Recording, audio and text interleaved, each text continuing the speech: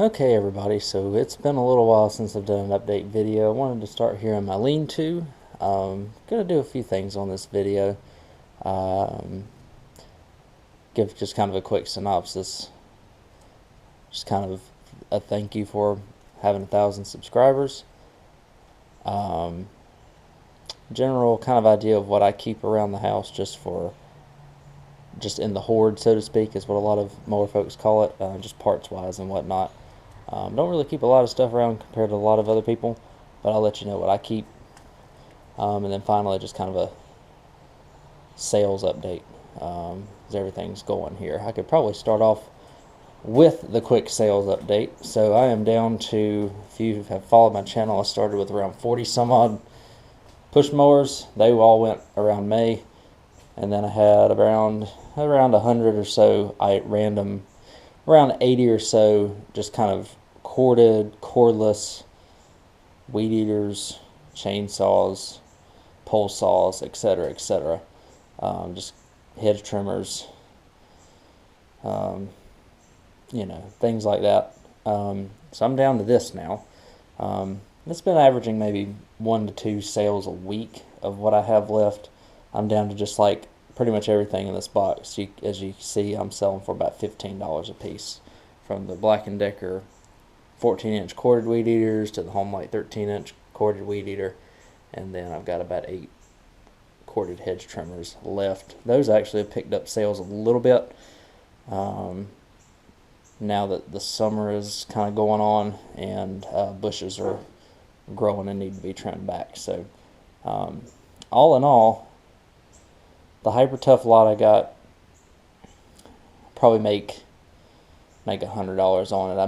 I made really well on the Black & Decker stuff with a couple of real push mowers tied into it and whatnot. That was a good few $100s there that I made on that lot, which I was really happy with. And I'm going to hopefully have more mowers for y'all sometime. I was thinking about going to get some a couple weeks ago, but they ended up selling. I'm not really looking into getting any to sell for the remainder of the summer, as I want to take a little bit of time to relax before I get back at it in September, October, and whatnot. Secondly, I know if y'all been following me, I have been getting close to 1,000 subscribers. I have reached that milestone, and I've picked up probably a good 40 of y'all in the past month or so. So at least I guess that some of these videos are making an impact. I know that I have a few on there that have gotten getting close to, I think one of them's got over 60,000 views on a Craftsman auto choke that I guess tricked the auto choke wing to in order for it to run again. And then a lot of my yearly mower kind of evaluation videos as to, if you go to a big box store like Walmart, this is what you're going to find. So thank y'all for continuing to watch. I have monetized the channel. I'm going to try and keep ads to a relative minimum, so that y'all can enjoy the content without the distraction of ads. But I do appreciate, that was nowhere near the goal that I had when I started this channel. So I appreciate all the support, all the subscribers. Thank you. And I want to continue to make, good videos for y'all as I get things going on. So this is kind of why I'm making this one. Hopefully I'll make another one. I've got my snapper rear engine rider back there in the back ready to go to pick up pine straw in the fall, as I've got around 2 dozen pine trees in my yard, and the pine straw is starting to fall hard and fast. Once the grass really stops growing, I'll break out the snapper and the associated bagger that I have with it, and we'll pick up some leaves, pick up some pine straw with it, distribute it throughout the yard, make it look pretty. So that'll probably be the next video I'm working on, as long as I don't get any mowers in the next couple of weeks. So on to things that I keep. So as a reminder, I don't really work on riding mowers anymore. I did a while back, and I have kept a few small items from those. I actually threw out a lot when I moved last year, just because I know I wasn't going to use them. But I kept some mostly to keep my Craftsman here going, and just in case I needed some for the snapper back there. Although those are parts are kind of really old school brigs versus where these are more the mainstream brigs. This has got the 15.5 turbo cool on it. Could use a wash, but use it every 2 weeks. This mower's been in the family for almost 25 years, so it's still rocking and rolling. Just a good old Craftsman residential. Had to have a little bit of welding on the deck done just because it was starting to rust out. This is not one of the 12 gauge steel decks, so it needed a little bit of help, as it's got some decent amount of use on it, cutting a good acre for most of its life. Anyways, here are the riding mower things that I have left. I keep things.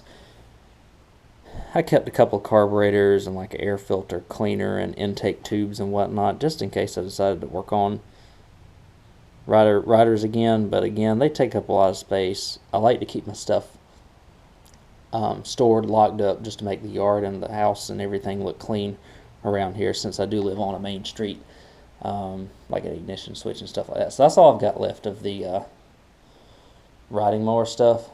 Let me take you to the push mower stuff just to kind of give you an idea of what I've got.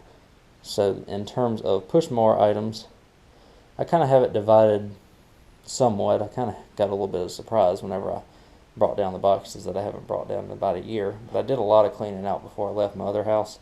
Like I've got a lot of, and you'll see in a minute, a lot of like the new Briggs stuff, like the overhead valve type engines with the plastic carburetors and whatnot on them. I've got a lot of those.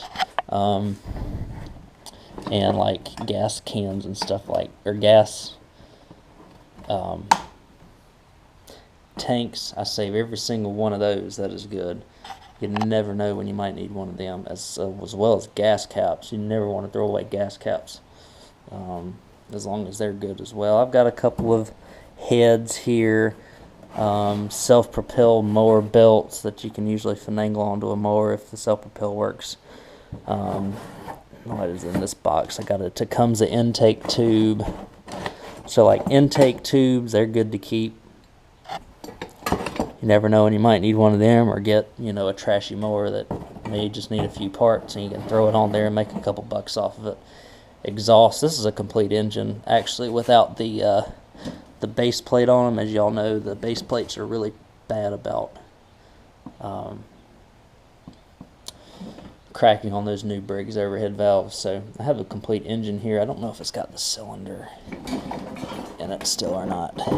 It does. It still has the piston in it, so if I ever wanted to, I could just put a crankshaft in it, and I'd actually have a good and a base plate on it, and I'd actually have a good Briggs engine there. But again, I usually run out of base plates more than I do blown engines. Let's see, I'll get to those in just a second. So I keep a few flywheels. I don't keep a lot of them. It's a bunch of weight associated with them. Here's actually a good Briggs base plate here. Go figure. I did not think I had one. I think this is off of I believe this is off a 625 series though, which is why I haven't used it on anything.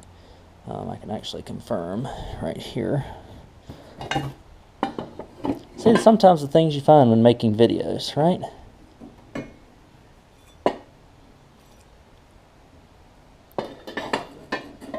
Yeah, so I'm pretty sure that's that's a 625, because the hole's a little bit bigger. That's why I haven't used it. Seems like the newer 625 Briggs like to blow engines a little bit more than the older ones do. And they're just made a little bit differently. But here's some other old Briggs stuff is what I classify, like the old flathead, classic quantum type stuff. I try and keep, especially these little air filter covers. You never know when they might be warped. You never know when they might be missing. So I got a couple of them. I keep primer bulbs in stock, obviously. Air filter covers for the classic Briggs. These intake tubes for the classic Briggs seem to break on quite a few of them. They are good to, excuse me, these are the breather tubes. They like to break. Again, exhaust. and like throttle brackets, springs and stuff like that. So you never know, especially when I used to work on a lot of older Briggs mowers. I keep those around because I still get some trade-ins that may need some parts. Move on to this box. As you can see, it's full, just slam full of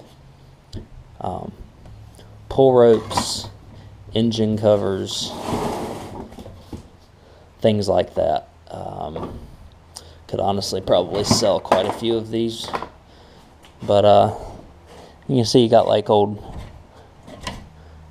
I got Briggs Quantum. If the springs are good, I keep them because they are very handy to have. So you can just pop one off and pop one on usually and be okay. Engine covers, they just make the beauty covers. They make some things look good. Here's an old Briggs pull start here, which I'll probably never use, but on the off chance I do, I've got one. And a couple of, a bunch of the new Briggs stuff, because you never know when you might have a busted pull rope and whatnot, and those are becoming the norm, and so I want to at least keep my stockpile pretty good for those whenever I start getting trades, because I start seeing more and more of those come in, more and more videos of the new Briggs come in. It's kind of interesting because I was kind of one of the first to make videos of the new Briggs stuff when I started getting stuff in 2016, because that's really when they started to become kind of the popular engine, so to speak, right around that 2014, 2015. And then, a couple years down the line is when your carbs get clogged and stuff like that. And so that's when the videos start coming out. And definitely learned a lot from other folks that have worked on these mowers. It's just kind of nice to have that collaborative knowledge base that we can all bounce ideas off of each other. These cables, speaking of bouncing ideas,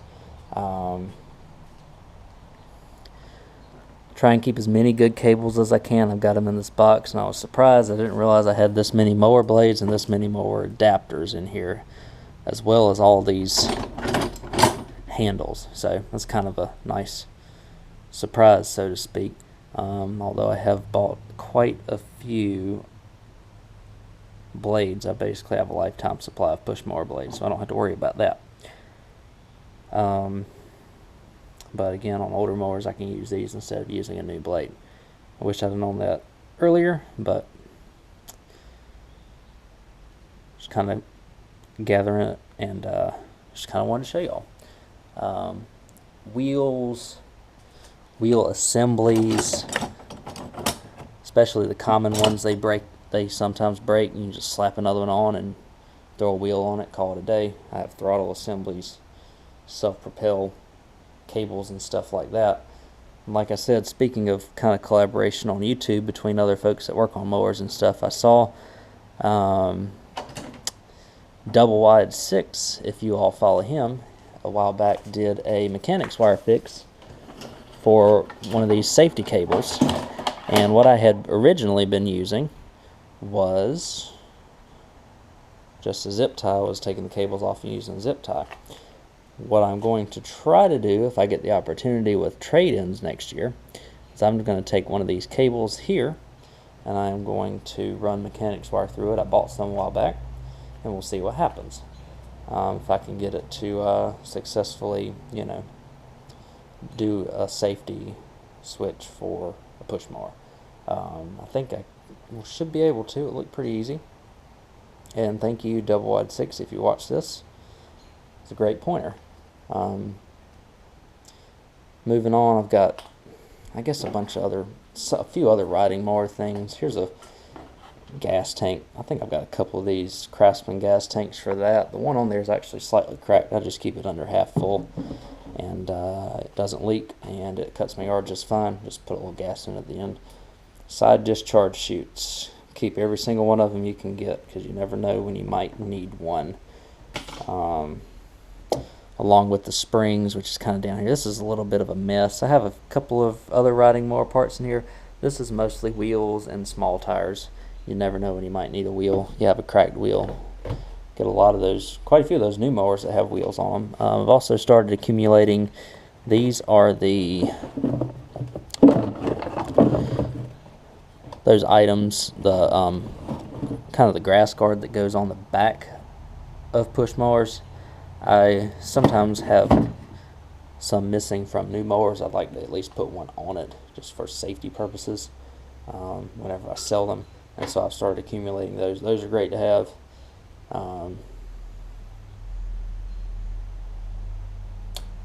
They're under the house, I'm not going to show you, but I try and keep as many handles as possible as well for mowers. That's how I was able to get that Sunjoe reel mower and quite a few other push mowers to be salvageable, was to put a handle I already had here at the house on it. So again, I'll keep good decks as well if I have a blown engine for them. Slap an engine on them and call it a day. I keep some of the more readily available items that I use in here, like a lot of the new Briggs stuff with the carburetors and air filter air cleaners and exhausts and stuff like that in here, as well as some fuel lines, carburetor springs, and the associated items like that. So again, I try and keep as much as I can, a lot of the small stuff especially. I try not to get a lot of like big items just to clutter and make things look junky and whatnot, but still be reasonable. I've got a couple of these engines down here, spare engines that may need pistons and stuff like that. Just if I run across, usually I have to completely tear off and rebuild one every year. Got one of these old Briggs engines, but or the classic type, but they ended up this one ended up having a rusted gas tank on it. Wasn't really worth it to fix the mower, so I just took the engine off. If I find a good deck, I'll buy a gas tank, throw it on there, sell it, because the motor runs, even though it had a lot of water in the crankcase, which is never a good sign. It just sat outside for a long time.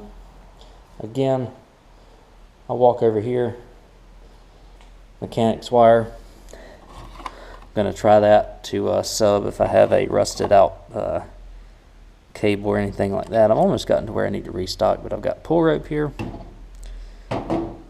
I try and keep at least one Tecumseh carburetor around because it seems like I always need them, but those are super cheap and they are starting to ship from the US. I've actually got some fuel shutoff switches, probably a lifetime supply of them, but they were only about 75 cents a piece. And then, my spool, my air filters and stuff like that.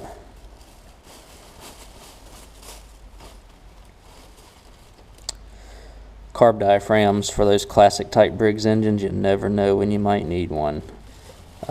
They're pretty much a wear item that you almost have to always replace whenever you get one on trade, from what I understand. I almost have to replace all of them. Primer bulbs, great to have. The ones with the holes, the ones without the holes, and also the Tecumseh ones. I don't have any Tecumseh ones right now because I actually used all of them, which is not a surprise, knowing what how Tecumseh is. I've got a supply of flywheel keys. I have a supply of carb kits and gaskets for those Quantum Briggs engines, because a lot of times you need new gaskets if the other ones are frayed and they don't allow the primer bulb to prime as long as the back plate isn't warped on them. So again, I know this video is getting kind of lengthy, but I just kind of wanted to first off say thank you to all 1,000 subscribers that have subscribers that have subscribed to this channel, especially the ones that have been here since the beginning. Starting off with that video of the 40 mowers that I had under my old house and sold them all off. It's just been a nice ride. So again, I appreciate y'all watching. I'm going to kind of tidy up my garage a little bit. Maybe get rid of some of these blades and whatnot inside this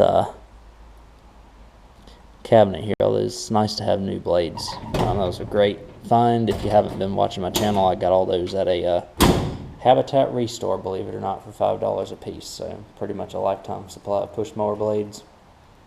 Again, thank y'all for watching. Thank y'all for all the support as always. Continue to watch my videos. If you like the content that you see that I've posted in the past, you like this video itself, feel free to subscribe. If you'd like to see more, I'm thinking about expanding to possibly things like AC units. Still haven't pulled the trigger on 2-cycle stuff. If I find time, I might. And I would not be opposed to trying to get a little bit in the mix of tools. So just stay tuned. You never know what might be going on. Hope to get some mowers in, start creating some more videos for y'all, do a 2020 buying guide, and hopefully some how-tos, tutorials, common problems, etc., stuff like that. So in the 20 minutes here, thank y'all for watching. Hopefully the next time you'll see me, I'll have more mowers. If not, I'll do just another quick general sales update of what I got going on. Hope y'all found kind of this informative, kind of as a guide if you ever want to get started doing the mower business and whatnot. What to keep, what you can toss, why you keep them and stuff like that. So thank y'all again. Talk to y'all next time.